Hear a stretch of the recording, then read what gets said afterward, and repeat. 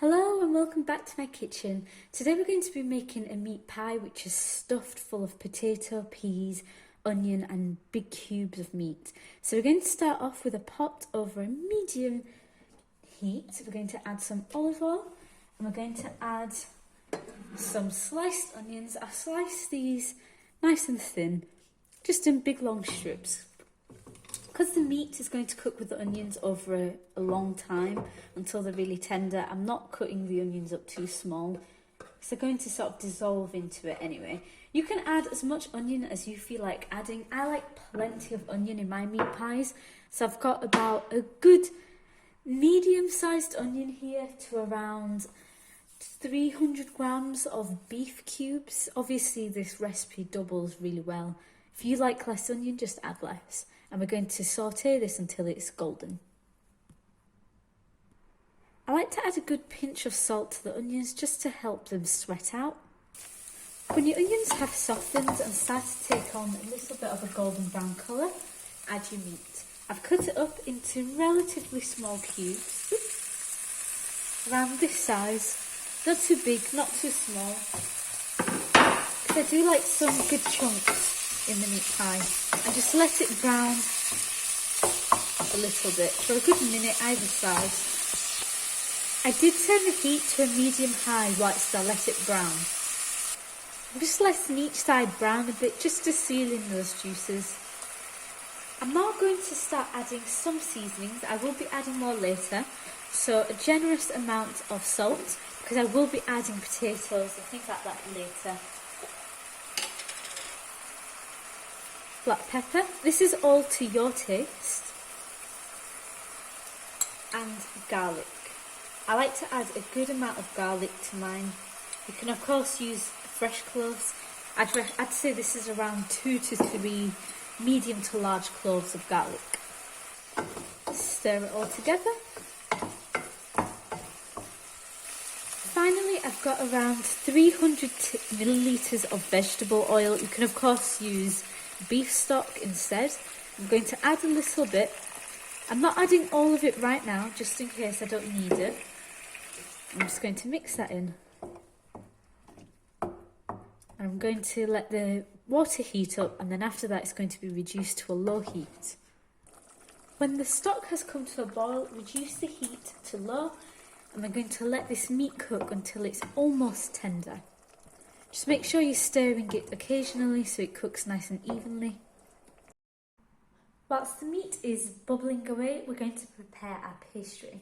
We're going to add a good pinch of salt to around 250 grams of plain flour. I have 150 grams of cubed butter over here. It's a mix of salted and unsalted. Of course you can use either, it's fine. If you're using salted, just make sure you take into account the salt that you're adding to the flour. I'm just going to mix the salt into the flour, and we're going to add the cubed butter. Now, because this is going to be a very short pastry, it is essential that you keep it as cold as possible. The butter has to be very chilled, and I like to just mix the flour over the butter a bit just to help it not stick to my fingers. And you're going to rub the butter into the flour. This might take a little bit of doing if you're doing it by hand because the butter is very cold. Of course, you can also use a food processor to blend it up until the butter mixes into the flour and you get a sort of breadcrumb consistency. But I'm just going to rub it in with my fingers. I sort of gather a bit of the butter and flour up and just push it through and repeat. And eventually, in time, this will be done. I finally rubbed the butter into the flour. It should resemble a sort of breadcrumb mixture. If there's some little flecks of butter in there, that is absolutely fine. It's going to make the pastry just lighter and fluffy and really flaky. Sorry about that. Over here, I've got 1 beaten egg.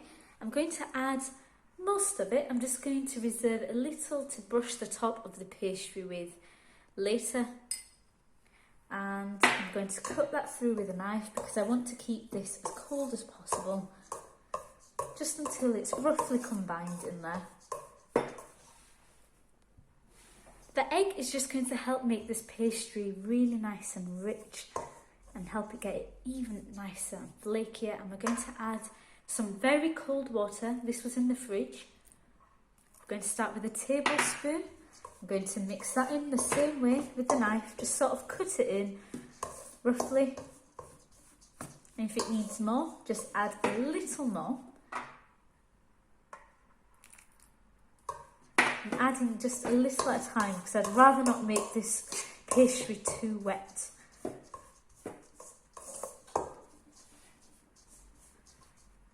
Add a splash more. I don't make short pastry often, so I just sort of do it by eye and hope for the best. I think that's coming together quite nicely, actually. You can see it's starting to form together a little bit. I'm just going to add one more tiny splash, and I think that will be enough.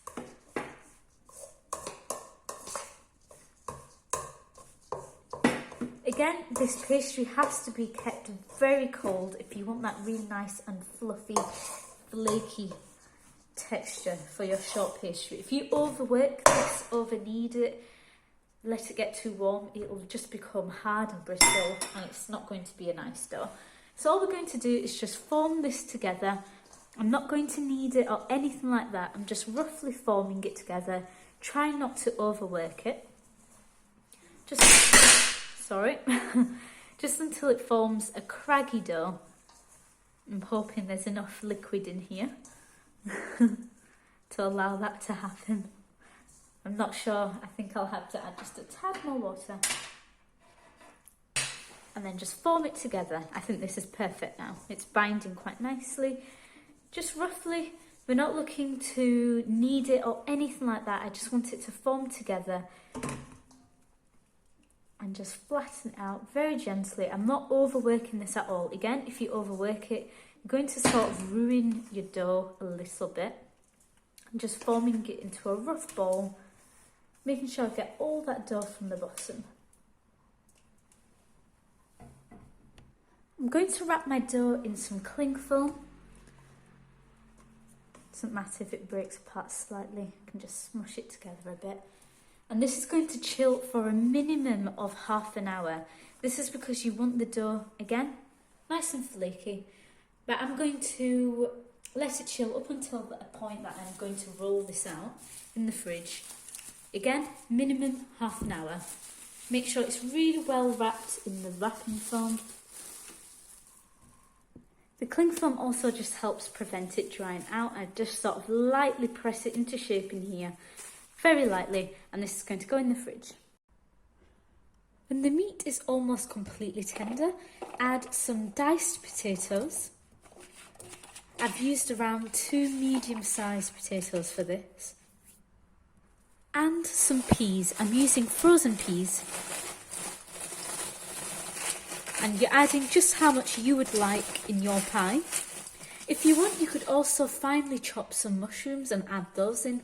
I decided not to today. I just fancied a simple pie. I think that should be enough. Mix that through. Make sure that you turn it up a bit just so it has a chance to heat up again. And you're going to cook it until the potato is completely soft and cooked through. I'm also going to add a really good amount of Worcestershire sauce or Henderson's relish, whatever you have in hand. This just really gives a little bit of depth to the dish, deepens that meaty flavour. I like a good amount in mine, so it's going to look like I add plenty. And just mix that in. And just let it cook until those potatoes are tender, and then we can move on to the next step. When your potatoes are tender, they should have soaked up the majority of that moisture in here, so it shouldn't be runny by this point. If it is, just let it cook a little longer just to make sure anything is soaked up. And I like to add a good teaspoon, a teaspoon and a half of gravy granules. I use this particular brand. I like the flavour it gives, plus it just helps the sauce thicken a little more so it doesn't make your pastry super soggy. And it gives it a nice glossiness.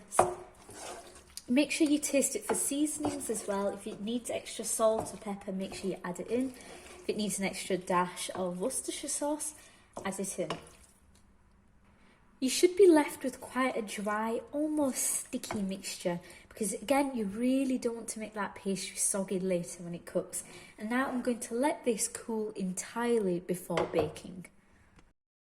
I'm now going to start assembling my pie. I've decided I'm going to roll out my pastry on some baking paper just so it doesn't stick to the table and it makes it easier for me to lift without it tearing. And I'm going to cut around 1/3 of the pastry and put it aside, just trying to decide how much to do for the top of the pie. I'm going to put that aside. And over here I've got a rolling pin. I'm just going to add some flour, add a little to the top of the pie, and we're going to roll this into a circle. I like to start by just pressing it gently because it will be quite solid after just coming out of the fridge. So it'll need a little bit of manoeuvring. And just press it into shape. When you've managed to squash it out to about, it'll become more pliable the more you roll it. And I'm just gently rolling it into a rough circular shape. It's a very, very rough circle, but I don't want the pastry to be too thick. Otherwise, you won't really be able to get a good taste of that meat filling. But it should be roughly enough to fit into this dish, which is what I'm using today. You might be able to see little flecks of butter here and there, and that's going to help it become really nice and flaky. And now we're going to hope for the best. I'm hoping this won't fail too much on me. I'm just going to gently lower this in to my dish. And I'm not going to let it squeeze in there. I'm not going to fold it or anything like that. I'm just going to gently lift it and let it fall into the pastry. We're not looking to stretch this out. The only thing I'm doing is lightly pressing the bottom just to make sure it's taking up all that space to help prevent it shrinking too much. And the excess around the edges where it sort of folds, just gently press those in a little to make it even. Like so. It doesn't have to be perfect, but you just don't want really thick pieces of pastry, and, so it cooks evenly. Just gently press that in. You don't want to work it too much, but it does need to be even. I'm just going to prick the bottom of the pastry just to help the bottom not get too soggy. And this is going to go in the fridge whilst I prepare the lid. I'm rolling the lid out using the same basic method, just gently pressing it at the start whilst it's still quite hard. Just get it into shape and then gently rolling it as it becomes more pliable. The top has been rolled out and now I'm going to start filling my pastry. The filling, remember, it should be cool so it doesn't melt this pastry that you spent so much time making. I'm just going to add that in.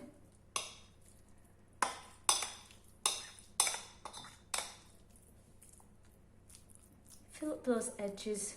You want plenty filling in here. Make sure you get it all in there. Now we're going to gently add the lid. So I'm going to do the same thing I did before. Twist. Hope it doesn't tear. Obviously there's going to be some overhang, some excess, so I'm just going to press this gently together. Try to get it to press with the bottom so it doesn't open up. And I'm going to try to crimp a shape into it. I've never really done this before, so we're going to see how it goes. So the only sort of design I'm doing is just gently making sure the edges are pushed together, just pushing one finger in whilst these two hold this. I'm hoping it'll work. This is the first time I've really done this, so here's hoping. It doesn't have to be perfect, I just want some sort of design to it, plus it'll help keep it a little more together. I think there's a lot of excess pastry here, so this is going to need trimming. But let's see. Oh, it's working. I'm just going to poke a little hole into the centre just to make sure the steam can escape. to help it prevent getting soggy. Far from perfect, but it'll do. And I also cut out some little leaf designs. I'm hoping they'll look decent. I don't know. Let's see how that goes. I've got some extra pieces here. I might just do an extra leaf. So I've got some sort of design to it. I just didn't know what I feel like doing. And the remainder of that egg wash we had earlier, I'm just going to brush that over to make sure this will turn really nice and golden brown in the oven. That should give it that really nice golden shiny colour that you see on all the best pies. So make sure you brush that all over.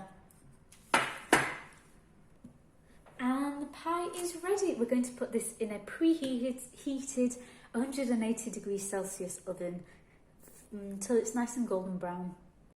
I had a guest and forgot to film when the pastry came out of the oven, but it took around 25 to 30 minutes to become nice and golden brown. Give it 10 minutes before you cut into it, just to allow it to rest. But you can see that the pastry rose and it was flaky, it was really light and buttery, and I served it with a side of roast potatoes, some vegetables and nice thick gravy, and that's all there was to it. I hope you enjoyed the video. If you do, please leave a like and subscribe. Thank you for watching.